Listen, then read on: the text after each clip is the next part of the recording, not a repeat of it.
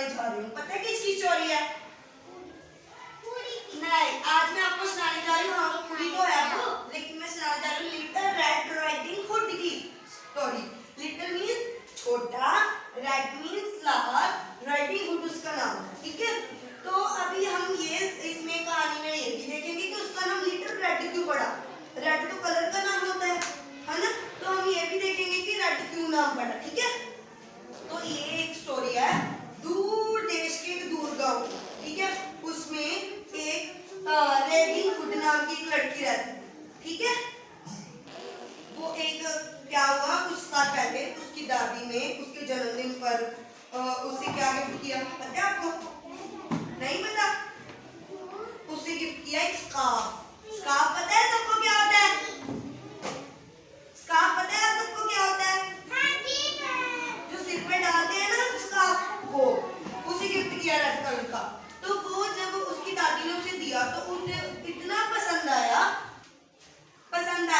तो वो जहाँ कहीं भी जाती है घर में भी उस स्कार्फ को डालकर रखती है। ऐसे था वो स्कार्फ, ठीक है, ऐसे सिर पर, ठीक है। तो उसका नाम तब से, क्योंकि वो रेड कलर का था, वो हर वक्त पहन के रखती थी, सोती थी, उठती थी, कहीं जाती थी, तो उसका नाम तब से पड़ा। लिटिल मीन्स तो वो छोटी थी, लिटिल रेड राइडिंग हुड, ठीक है। तो एक दिन क्या हुआ, वो अपनी दादी से बहुत प्यार करती थी, लेकिन उसकी मम्मा और वो अपनी दादी के साथ नहीं रहते थे। जैसे आप में से बहुत सारे लोग हो गए जो अपनी दादी के साथ नहीं रहते, है ना? लग रहते हैं, कौन कौन रहता है?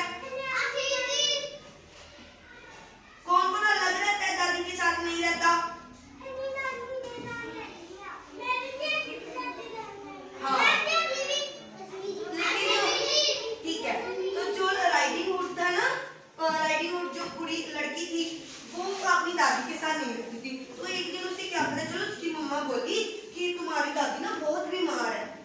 तो वो अपनी दादी से बहुत प्यार करती थी, तो वो डर गई। तो उसकी मम्मा ने बोला कि मैं आपको ना सूप और रोटी बनाकर देती हूँ और आप ना दादी के पास पकड़ा कर आना, ठीक है। सूप पता है क्या होता है? सूप तो पता ही होगा, पीते हैं ना हंसी करके, सूप पीते हैं ना। तो उसकी मम्मा ने उसे ये बनाकर दे दिया, ठीक है। तो वो छोटी थी, वो अकेली तो जाने, उसकी मम्मा ने कहा कि आप अकेले जाना। रास्ते में एक जंगल आता था। क्या आता था? जंगल। तो वो जंगल के पीछे एक पहाड़ी थी और उस पहाड़ी के पीछे उसकी दादी का घर था। उसकी मम्मा ने कहा कि जंगल में ना कई बार जानवर भी होते हैं, जानवर होते हैं ना, कितने खूंखार जानवर होते हैं। तो उसकी मम्मा ने कहा कि तुम ध्यान से जाना और कोई बुलाए तो उससे बात मत करना। वो जा रही थी, ऐसे डर डर के जा रही थी। लेकिन जब वो जा रही थी, एक ना खरगोश ऐसे उसके आगे से, ठीक है, वो डर गई कि क्या हो गया। तो उसने जब देखा खरगोश ने तो छोटा उसे तो कुछ नहीं कहना था, ठीक है। तो वो चली, चलो पीछे से ना पेड़ होते हैं ना जंगल में साइड दिखने, वहां पर ना एक गीदड़ आया।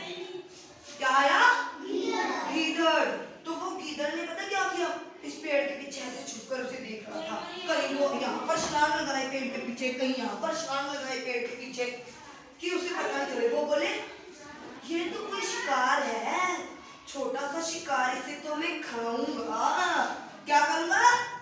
खाऊंगा। तो वो ना रेडी हुड के पास ऐसे चला गया, उसके सामने। तो वो डर गई, उसे बोला तुम इतना स्वादिष्ट खाना लेकर जा रही हो तो मुझे भी दो। वो डर गई क्योंकि उसकी मम्मा ने कहा था कि कुछ भी जंगल में तो कोई भी हो सकता है ना, तो उससे बचकर रहना। उसने सोचा कि ये खाना तो मैं अपनी दादी के लिए लेकर जा रही हूँ। तो उसने कहा कि खाना तो नहीं, ये तो मैं अपनी दादी के लिए लेकर जा रही हूँ। आपने ऐसे करो, उसके पास एक फल भी था। फल भी देते हैं ना मम्मी पापा, नाना साथ में देते हैं कि आप भी खा लेना। तो एक फल था उसके पास। वो बोली कि ये देखो ये सेब है, तुम ऐसे करो कि आप ये सेब खा लो। उसने कहा ठीक है, उसने सेब ले लिया। उसने कहा कि ये दादी के पास जा रही है, पहले मैं इसकी दादी के पास जाता हूँ, उसे खाता हूँ, फिर मैं इसे खाऊंगा, क्योंकि ये दादी के पास तो अपनी जाएगी। मैं उसका कहने का मतलब ये था, वो ये सोच रहा था कि उसकी दादी को मैं खाकर वहां पर खुद लेट जाऊंगा और फिर जब जी आएगी तो इसे भी खा जाऊंगा। क्या खा जाऊंगा? खा जाऊंगा। तो उसने क्या किया, उसने पूछा कि तुम कहाँ जा रही हो? उसने कहा कि मैं अपनी दादी के पास जा रही हूँ, वो बीमार है। तो उसने कहा कि तुम्हारी दादी कहाँ रहती है? वो चोरी गई। उसकी मम्मा ने चाहे कहा था कि मतलब किसी को मत बताना, ऐसे बात नहीं करते अनजान लोगों से, पर उसने बता दिया। तो उसने बोला कि जो वो दूर पहाड़ी है ना, उसके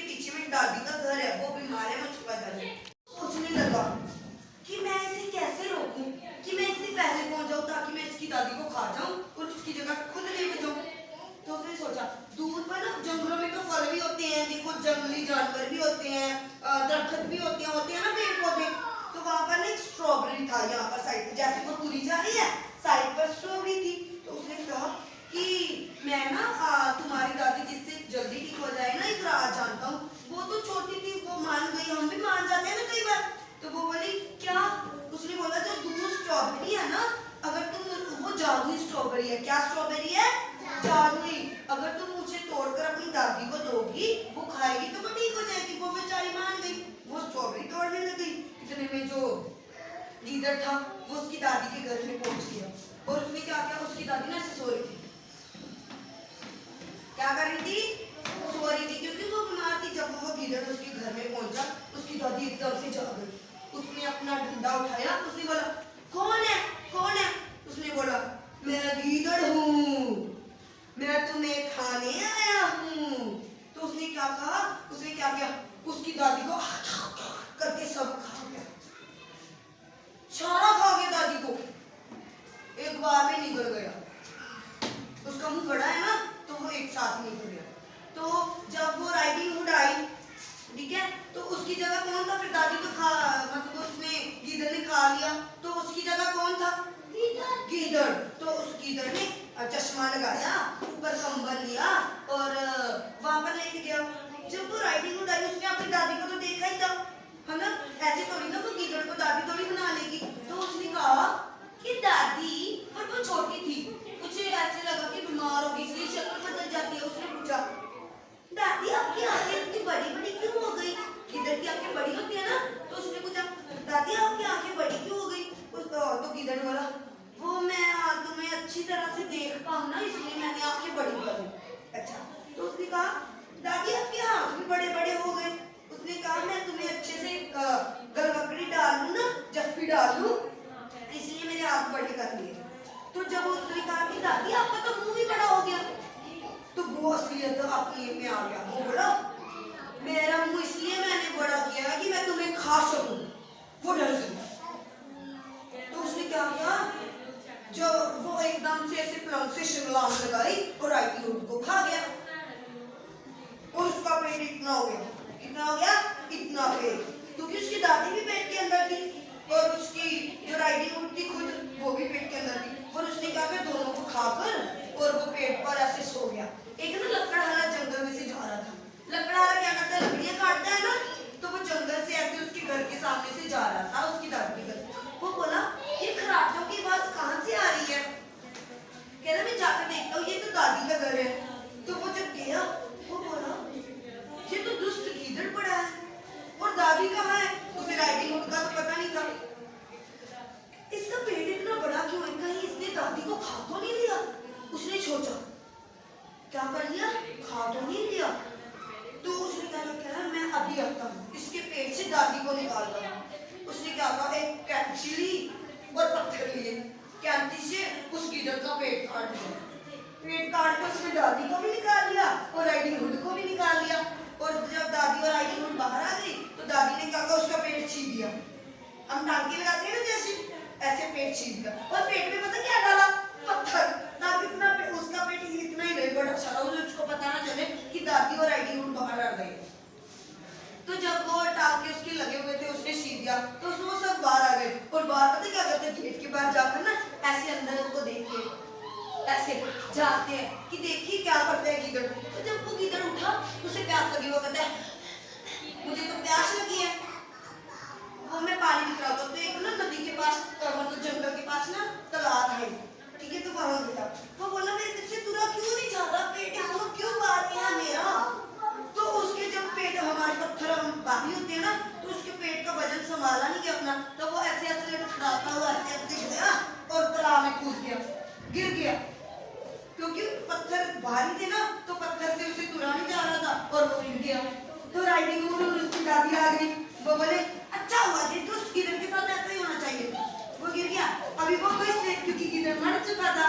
तो राइडिंग हुड ने क्या कहा, अभी राइडिंग हुड समझ गई थी कि हमें, कि तो उसने बोला कि दादी मैं समझ गई हूँ कि आपने कहा था ना अनजान लोगों से बात नहीं करते, आगे से मैं किसी भी अनजान से बात नहीं करूंगी। क्या नहीं करूंगी? बात नहीं करूंगी। जिसे हम नहीं जानते उससे हमें बात नहीं करनी चाहिए, ठीक है?